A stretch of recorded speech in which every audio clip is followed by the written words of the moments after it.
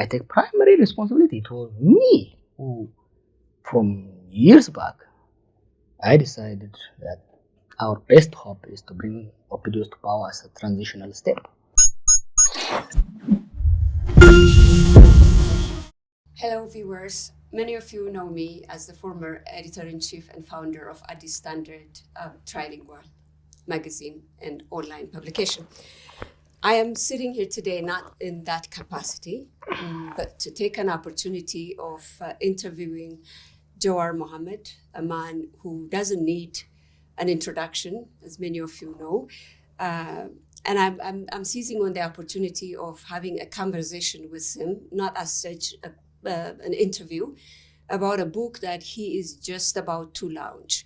So by a stroke of luck, I happen to be in the same location where he is now in Nairobi, and I reached out asking him if he could sit down and have this conversation with me. Our conversation will focus on the substances and some of the things that struck me when I was reading the book. And I would like to ask him and have that conversation with him, because most of the things he's raising in the book were things that when I was in the newsroom, we have been reporting about. So we go back and forth in that conversation. Having said that, I like to say welcome to the interview. And this is the first time I'm sitting with you, Jawar. And thank you, after a lot of back and forth, for having the time to sit with me here. It's a pleasure.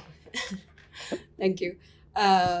As I was saying earlier, this conversation begins with a book that he just, a memoir he authored and is preparing to launch, and also having a book tour, I understand.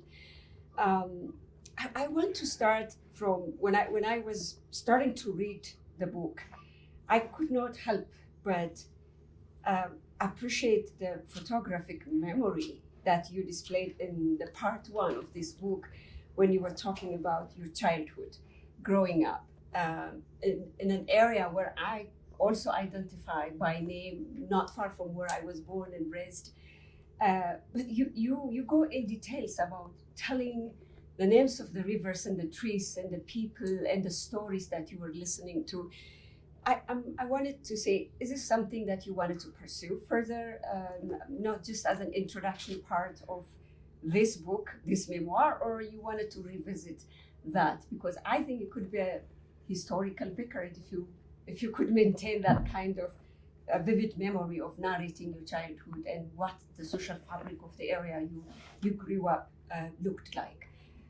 How did you manage to retain so much memory of your childhood after so many that happened in your life?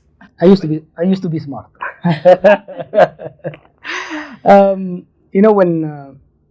When writing the book, and I wrote it in prison, I decided to dedicate a significant portion of the book to my childhood,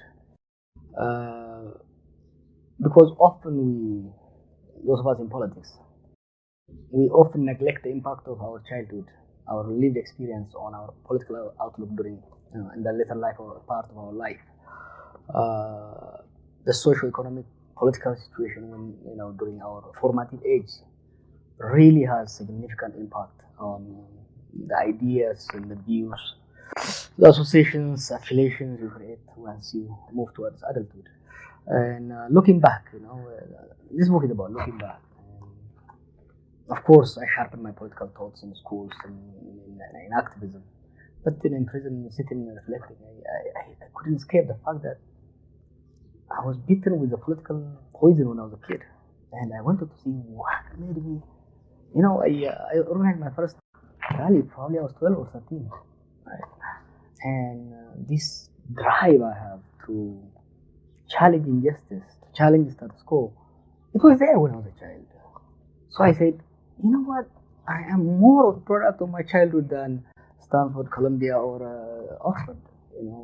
Often people would describe me. They attribute my political skills to my Ivy League schools. They might have sharpened it, but I think the area I grew up, where it was very active. EPRDF, TPLF just came in the conflict, the contestations. I narrate a story where the early soldiers that influenced me. I don't want to give too much of it. I want people to read it. Yeah. And this is not a review of the book. This is not a critic of the book. This is just a conversation of some of the things that struck me when I was reading the book. And I want people to get a hold of it and read it if possible. I wonder, because going forward, and this is after your trip abroad, after so much of agitation as a childhood that you did, you went on organizing. This is something that I don't know about. So the Oromo Youth Leadership Conference, and one of the things that captured me is the way you started with a small group of young Oromo students abroad, and then it grew up into becoming a larger convention that involves a lot of people that you talk about that. And I wonder whether that was the seed when during the Oromo protest, whether you used any of those experiences to be able to see the Qeerroo movement, for example, of 2014 and 2018, because this is as early as March 2006, the establishment of the Oromo Youth Leadership Conference. And some of the discussions that you had there indicate towards a collective mobilization of the youth. Did it help you in any way when the protests started to erupt in Oromia in 2014? Because it was, I think, were they related? Definitely, they are part of a plan. They were not a fluke. We didn't lead a mob as people assume. One way I significantly dedicated to this is people forget my early activities, what we did. The idea of the youth leadership conference emanates from my time in Singapore. When I was in Singapore, I was fortunate enough to attend youth leadership conferences in Canada, in Netherlands, in Sri Lanka, where young men and women of my age from different walks of life, different country, different culture, different religion, come together and create interpersonal bond as well as discuss contemporary political and social affairs with the aim of breaking boundaries, with the aim of managing diversity towards a better future. Diversity, when you say diversity, because this is one of the points that I wanted to ask you. Part of the training that you gave to this group that grew larger as time goes by is managing diversity and I assume tolerance with other national groups and how even to tolerate one another. And fast forward 2024, and I look at the current formation of the youth or even the political activities that are among the Oromo youth, and I look at the polarization between different national groups there, and I believe, you can correct me, I believe that it was the undoing of whatever happened in that structure that you created within the Oromo Youth Leaders Association. So, do you regret? Do you see that has unraveled 10 years down the line in the political dispensation we have now? No, it doesn't. It doesn't unravel. You see, something you plant seed. The tree grows. Some of the branches might dry. Some of them may fall out. But as long as the stem is there, the tree will be there. Even if we cut down the tree, there will be new brushes coming up. So I don't think it has been reversed. Look, the genesis of it, when I was in Singapore, that's the first time I saw the Oromo diaspora. And this is a time when our leadership was in exile. This is the first time I actually joined the internet, and I was seeing the debates among our political leadership, big names we grew up aspiring to. And I went to USA with two ideas. A, go in OLF, reform it, strengthen it. Or B, find alternative means. For both of these objectives, I found the civic society to establishing or strengthening civic society to be crucial. So I wanted to start with the youth, and I reached out to the youth, and we provided this leadership. Of course, I brought trainers from my previous experience, and we trained a small core of group. Then we expanded. There's no reverse. The reason I tell you there's no reverse is because most of the people you see in diaspora today who are playing significant role in leading our community are product of that process, and also that helping me refine how to organize people, because diversity is very important. Every society, there is no homogeneous society in the world. One group could be, a country could be made up of same people speaking the same language, then you'll have religion. You could have a country with the same religion, then you could have ethnicity or tribal, or even if it is the same ethnicity and same religion, then you have island and lowland situation. So this is natural. You can't really go against nature. You cannot eradicate diversity. You cannot eliminate it. Trying to eliminate the diversity is actually what creates conflict. So best you can do is manage diversity so that you can mobilize people, you can engage in collective action towards, collective emancipation of a group you are fighting for. So that period was very important for me. And those people, they were not just dropped, they remained integral and active part of the social movement we later launched and pushed.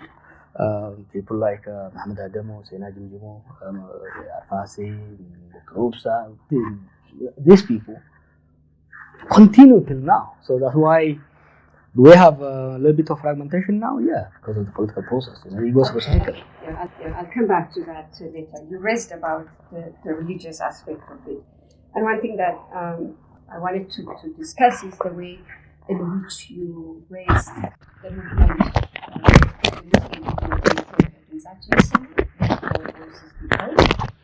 I feel like there has not been enough credit given to that movement. It was a massive non-violent movement that was in early 2011 that started there, and there hasn't been much mention, particularly in the Oromo political science space or political or media space, on the credit that should be given, I think, because some of the methods in the Oromo protests that we have seen, for example, the hand-crossing signs that became popular during the Oromo protests started in the Muslim movement at that time. And you paid, in the book you discuss about that in detail. I don't want to go in detail about it, but one thing that I wanted to mention is in which you admitted you didn't know about, you knew the nationalism, you grew up in the Oromo nationalism sphere, your contacts with OLF, the Oromo Liberation Front fighters, and all political activities, you knew that. But you didn't know about religious repression in the Ethiopian body politic, in the Ethiopian context. And you mentioned that as an eye-opening. Was that also a spark to the Oromo protest? Was it your way of crediting the Muslim movement and the interplay henceforth, because Oromo constitutes half of the Oromo are Muslims, right? So enlighten me a little bit there. Yeah, because in the area I grew up, the vast majority of the population are Muslim. And while national-based repression was visible, there is this sense of security that comes from number gives you a level of security. So there was not visible, there might have been administrative discrimination and so forth, but there, at least to my young mind, I haven't seen it, I haven't experienced it. Of course, coming from multi-faith family, on my father's side and my mother's side, I grew up juggling between the two. So I was never really subjected to, observing religious-based violence, religious-based discriminations. As I discussed in the book, as I was growing up in Adama and elsewhere, I started to notice. But I just didn't have, I was so immersed in studying the national question, the ethnic issues, I didn't pay attention. When Dimsajin Sama came, there's a coincidence. why I was involved. One, it was a time when I have studied, I spent years studying nonviolent resistance, and it was a time when I was ready to plan to test it in Ethiopian case. And it was actually summer comes, and it gave me a perfect testing, opportunity. About social mobilization. On nonviolent resistance against authoritarian regime. The other issue, it also affects me because our community is multi-phase. Significant portion of our population is Muslim. Of course, they will be affected by what was happening between the government and the Muslim community. And I didn't want spillover to come, because at that point, the objective of the regime was to radicalize the youth so that they can justify further crackdown, and that will come and it will have multifaceted impact on the Oromo movement. So I wanted to make sure it doesn't go off rail. I wanted to contribute my part in making sure it remains constitutional, it remains secular, and it remains non-violent. And luckily, that movement had some strong leaders. I was able to talk to them. I was able to provide training on non-violent resistance and a number of the political aspects of the movement.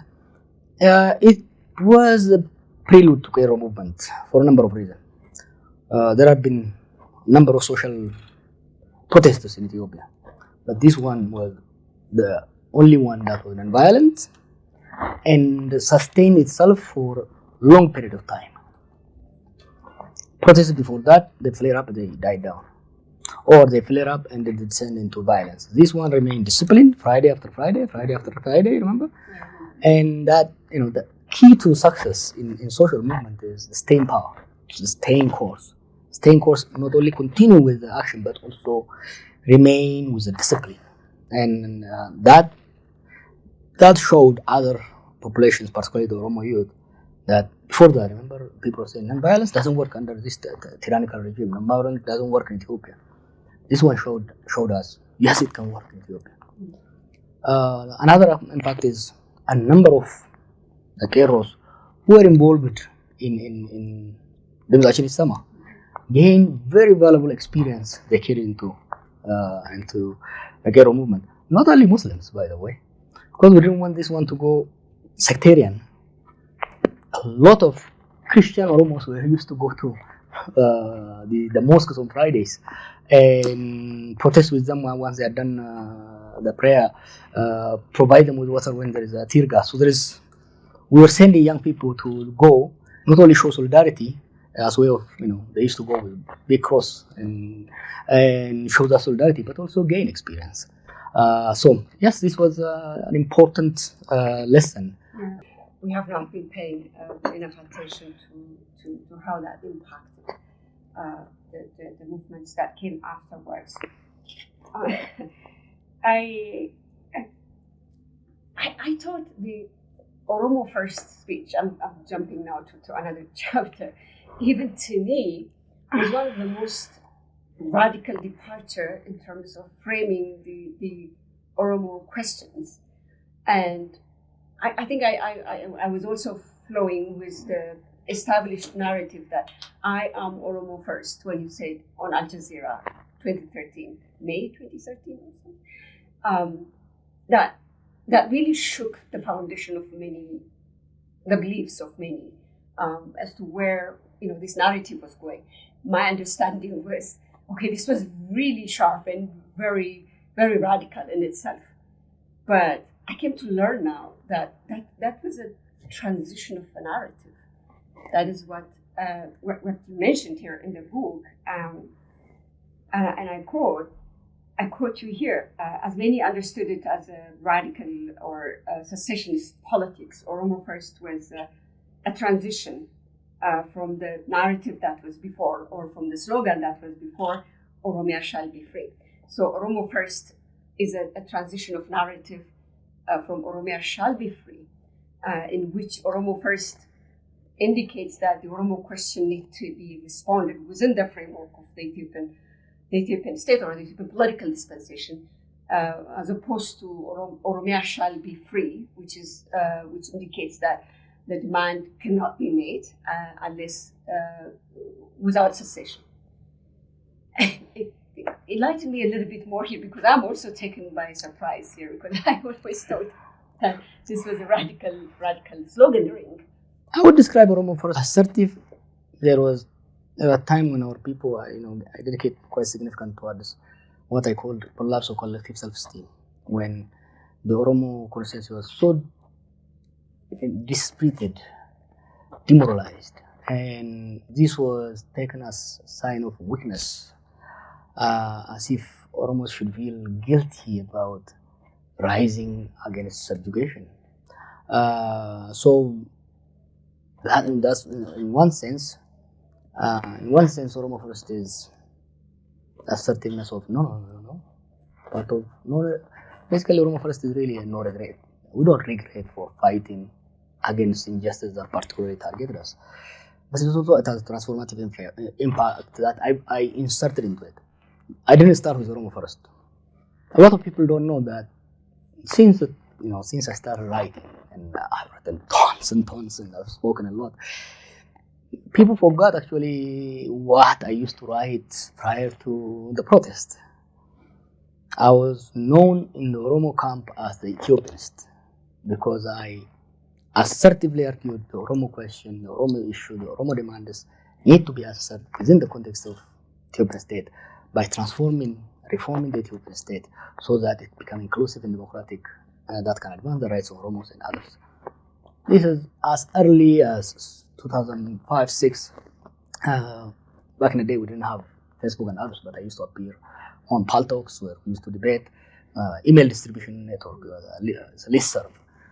So I was known as that one, It's a narrative that you picked up from Lencho, for example. Lencho Leta in the early 90s, when he pushed for this agenda, I think he was pushed and he resigned from the knowledge production aspect of it in terms of pushing towards this and producing more argument about it.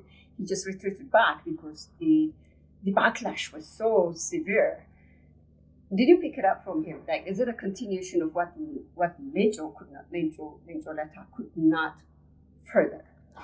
The intellectual element of it is from Lencho. But before that, even when I was in Ethiopia, I wasn't sure. We say Oromia shall be free, we say Bilisumma. The practicality of it was a bit fuzzy for me. Once I went to Singapore, I traveled across. I saw countries that grapple with the same problem we have, but maintain the same state and democratize. Malaysia, Singapore, and I was fortunate enough to meet their leaders, study their history. And I read Lencho, the Horn of Africa at Crossroads, while in Singapore. And then I started reading about national questions and ethnic issues. And then I studied at Stanford. Then I started formulating. I started to reach conclusion that this was the right path. I wanted, our camp from early on, the Oromo movement was, there are two ideas. Should we create an independent state or should we transform the existing state? So I came on the side of, concluded on the side of early on the side of we need to no more, we cannot, seceding is possible but not beneficial to our people. So I was advancing that, I was provoking, I was arguing, I was young and arrogant, and I used to be very blunt. Now Oromo First gave me the platform. Oromo First remember before Oromo First I went to DC and I engaged the other crowd, the Ethiopianist, Amhara crowd, and I was able to understand. I was able to sharpen how to sell our narrative. With Oromo First, what we did, because it's such assertive, it sounds radical. So it helps you utilize nationalism. I studied I see nationalism as a tool, as a resource, as a fuel for social mobilization. You cannot mobilize people if you don't have some fuel with it.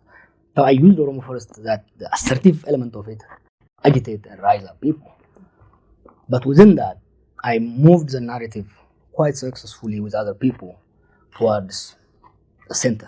So before that, at every rally, we say Oromia shall be free. Right? Oromia shall be free means Oromia should be free from the Ethiopian state. On this one is Oromo First. One, it leaves door for second, third, fourth identities. Second, it also makes the issue about Oromo, not Oromia, about the people, not the state, leaving significantly shifting the mindset toward the possibility of advancing your rights, your interest within the existing state. So that's a bit of the secret. Now it's a past, so I can confess. But that was a little bit of the machination that was taking place. Of course, we purposely avoided. Before that, there was so much debate about independent Oromia or democratic Ethiopia, which is linked to Unleashed. But he was pushed. He also kind of retreated to the academic world. He kind of vacated the public space. So we came and kind of filled in that space. But while doing that, we avoided the pitfall of confronting hardline nationalism by actually stealing and using the hardline nationalism symbols, so that we would not be accused as sellouts, as less patriotic. Well, you also came from that backlash of your criticism of the ONF in 2009. That article published on Oprite, and you mentioned it somewhere in this book, failure to deliver, I believe, is the first critical inward look towards the achievements and the failures of the OLF as a vanguard party of the Oromo struggle within the Ethiopian state. And you came from that criticism, and I believe that didn't go smoothly for you publishing that. You talk about how you reached out to some of the Oromo intellectuals, and many of them agreed, but did not want to publicly support the publication of that. What was so interesting in there, you might add something in it, for me, is that you were not only criticizing the failure of the Oromo Liberation Front leadership, because they were just going through this systemic fragmentation at that time, and it was very disappointing, of course, for many. But you were also touching upon, the soft power within, the substance of the establishment, the foundational principle, if I can say that. And I can imagine that didn't go quite well among some quarters of Oromo intellectuals and political class. You came from that, and then you ended up. Was Oromo first your way of responding to that criticism and backlash you faced when you were eviscerating the OLF for its failure to deliver after 40 years? I'm a child of OLF. Literally, my father was OLF. I grew up under OLF's control, under OLF's area. OLF was larger than life. When we were young, all we wanted to be was OLF soldier. We never thought there is any other form of struggle without OLF, without urban struggle. I grew up fantasizing about in the bush. Your hair. It reminds me of this. When I was a kid, I don't know how I remember this stuff. It's a surprise. I was probably 4 or 5. I remember. All of a sudden, this young men and women disappeared, and a few months later, they came. What I remember was girls who are hair like you, and they have, the armaments and the AK-47s, and they walk in such a rhythm.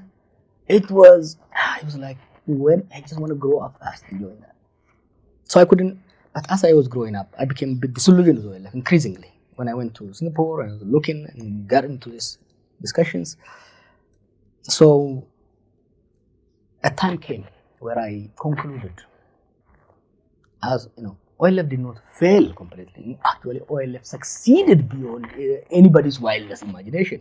Remember, OLF never evolved into full-fledged organization. It never evolved into full-fledged armed organization. It never had the military power current Marros OLF has, not even a fraction of it. But OLF transformed the Oromo Ethiopian state. The OLF politics, the OLF narrative was extremely powerful, but it never developed a matching organizational capacity. And after 1991, and I write significantly in the book, it got stuck. Couldn't transform itself. It got into organizational crisis and paralysis. So I studied this very carefully. It wasn't just an opinion I wrote. It's actually a research paper. I turned into opinion. On top I say it's not a research paper because I don't want to be misused. I wanted people to see it as my opinion. But that opinion was informed by, 2 years of research where I interviewed a number of level leaders, EPR people and others. But the most important part of that writing for me was it's a therapy. Finally, now I'm going to grow out of OLF. Now I can, it's like OLF is like a big father, and you come of 18 and 20. You are used to the nice meal from your mother and your father providing. All of a sudden, you are not satisfied with what they're offering. You want to try something. You want to achieve more. To do that, you have to face your parents and say, Mom and Dad, the way you are doing things, not for me. I want to try something. So it was like a self-liberating journey for you? Absolutely. It was a self-liberating from the shadow of my parent, basically. Mm-hmm. And it was probably one of the most painful and finally relieving piece of writing I put together. Of course, after that, the attack and all came. By the time Oromo first come, I was vindicated. I wrote this in 2009, right? Mm-hmm. Everybody attacked me. And by 2012, OLF was split even into more factions. Mm-hmm. There was paralysis, there is disillusion, there is desperation. So when we started moving around 2012, 2011, I've already developed an audience. I've already developed a constituency. I've already shared the constituency from OLF. So I was able to walk shoulder to shoulder. And we remained antagonistic till probably now. But I was able to, before that, organizations like OLF, they're very, very powerful. And if you are not tactical and strategic, they can drown you any minute. So you have to be so I did a lot of groundwork before that. By the time Oromo first came, it gave me the biggest platform. It gave me the nationalist credentials I needed.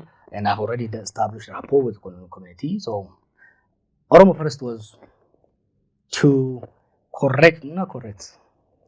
OLF was, there are two ideas in OLF under self-determination. Now this one gave me to withstand the resistance, the inertia, and make corrections towards the narrative I wanted the Oromo movement to adopt. I don't consider it as a bad. I think it was a very needed critic that you published at that time. Aren't the Oromo intellectuals failing in terms of evaluating and reevaluating where the Oromo struggle is, doing an inventory work of where did it come from? And there was a lot of, if not by way of self-criticism, but a lot of knowledge production in the past. Somehow it stopped now. We don't see that. We haven't failed. We are lagging behind because we are in transition. See,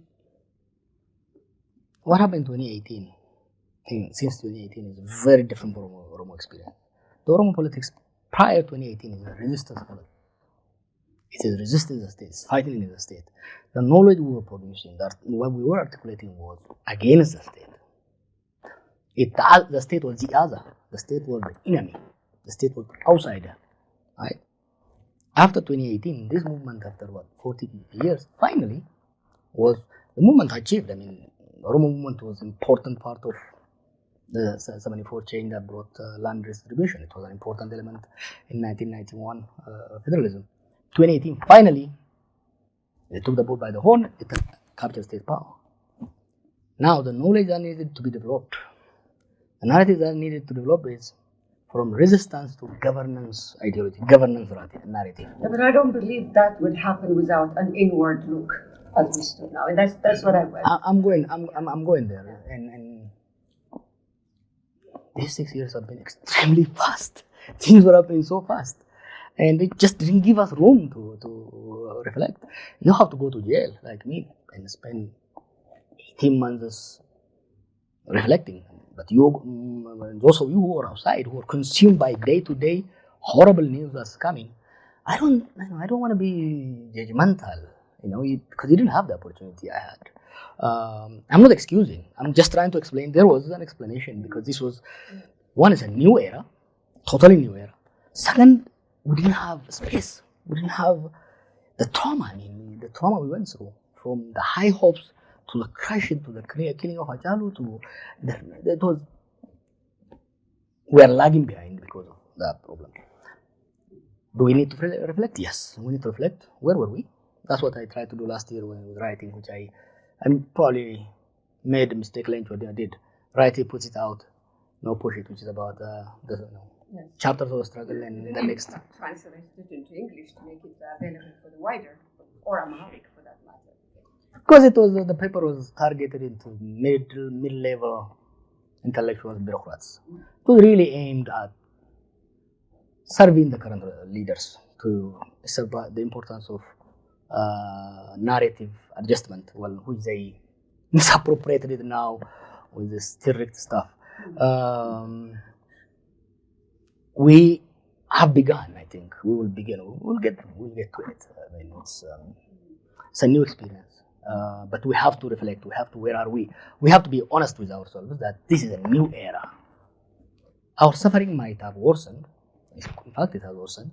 The condition might have worsened, but the way our people look at themselves vis-a-vis the state, the way the state look at our people, has transformed itself. That has transformational impact. We produce knowledge not for our entertainment, not for our, we produce knowledge for the public.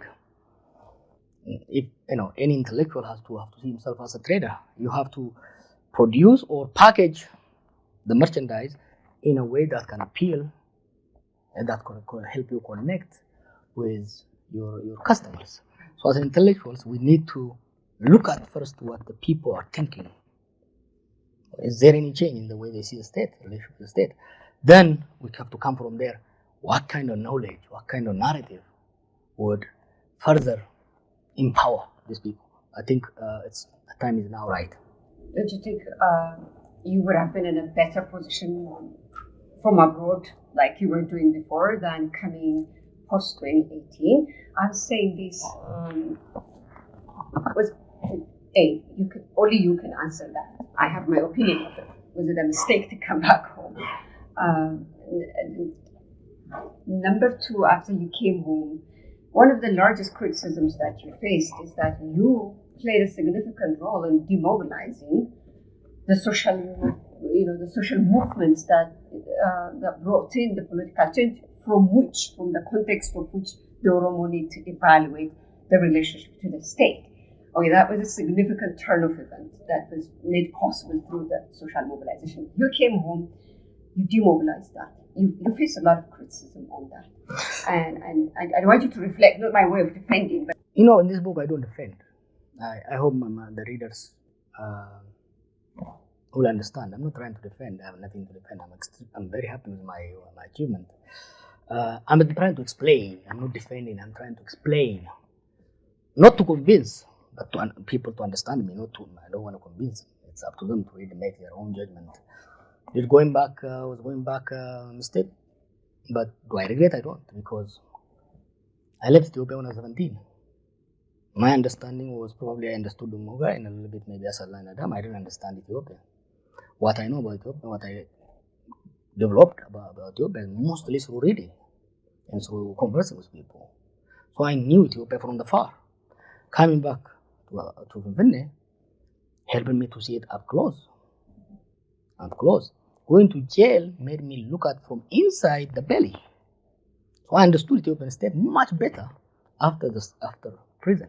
So that experience, could I have done something different? Of course, there is always opportunity cost. As to demobilizing Qeerroo, that's what we're talking. If you saw my speech at the Millennium Hall when I went, where my pain began earlier than that, it was an appeal to the youth as well as to the government to close gap. They were enemies. Remember, the people in power were killing us with the previous government. The same people we have. Yeah, and we decided, it's not a fluke. I take primary responsibility. It was me who, from years back, I decided that our best hope is to bring OPDOs to power as a transitional step.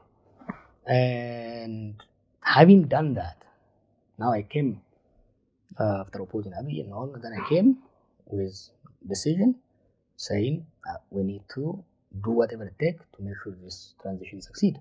Part of that is to ensure the contradiction between the street and the state do not continue. Because if the contradiction between the street and the state continue, we will descend much and more into chaos. And there is lawlessness, there is all kinds of stuff if you saw at that point.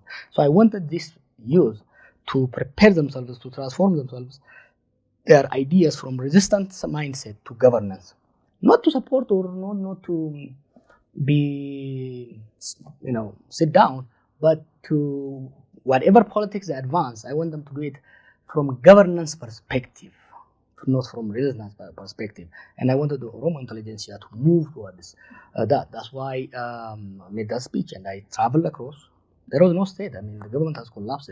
When we were traveling, there was nothing, I remember having this conversation. We were debating about what role that played in your call for the youth, for the able to go home, to conduct politics from the town halls, not away from the streets. And there was a serious conversation happening among internally, and I think one of the arguments raised in support of that was that if it didn't happen, there is a huge risk of fragmentation. The part of the youth would associate themselves with the power, the political elite that came to power, and while you're still, part will still continue to resist, and that will create that dangerous fragmentation. We didn't save that. That didn't. It came to pass anyway, even though that scenario could have been avoided at that time. That fragmentation could not. But we don't regret. We don't regret because we tried. The whole theme of this book is whether we succeeded or not. We tried. Regret comes from not trying. You see something is right, just because it has risk, then you don't try it. You pass and say, oh, I should have done that. In Oromo there is a proverb, also is, it's like, what if? Right?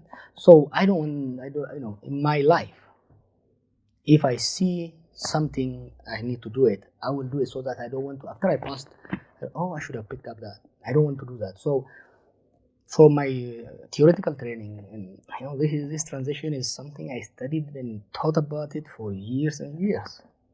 And kind of pacifying the Qeerroo was something I planned. It didn't just come. I envisioned of a transition where the change makers and where the reformers from the state come together, form a block. There is this thing that they criticized me when saying Jawar said two government. I said no. What I'm saying is there is two powers at that point. There is a state power that was weaker. Abiy controlled it, but it's very weak. But there is street power at that point.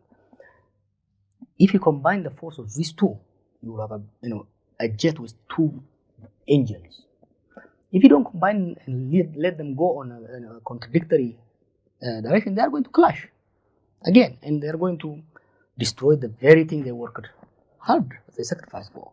So that was my thinking, no regrets again, because we tried. Imagine if I didn't try that and continued. Some of the funny stuff is, I continued protesting probably till June against Abiy from early on. So the very people who pleaded with me, who accused me, that saying I'm addicted to protest, I'm addicted to the fighting, I'm jealous. It was those people who are now saying, well, because if I continued with that, early on the reason I continued was I knew what Abiy wanted to do. Unlike most people, I had a clear, what's happening now, what he has done so far is very clear to me. What? But I couldn't explain that to people. People couldn't understand because they didn't have the information I had at that point, So trying my best to support the transition through critical support was the best I could have done. But later on, the force of history, who would have imagined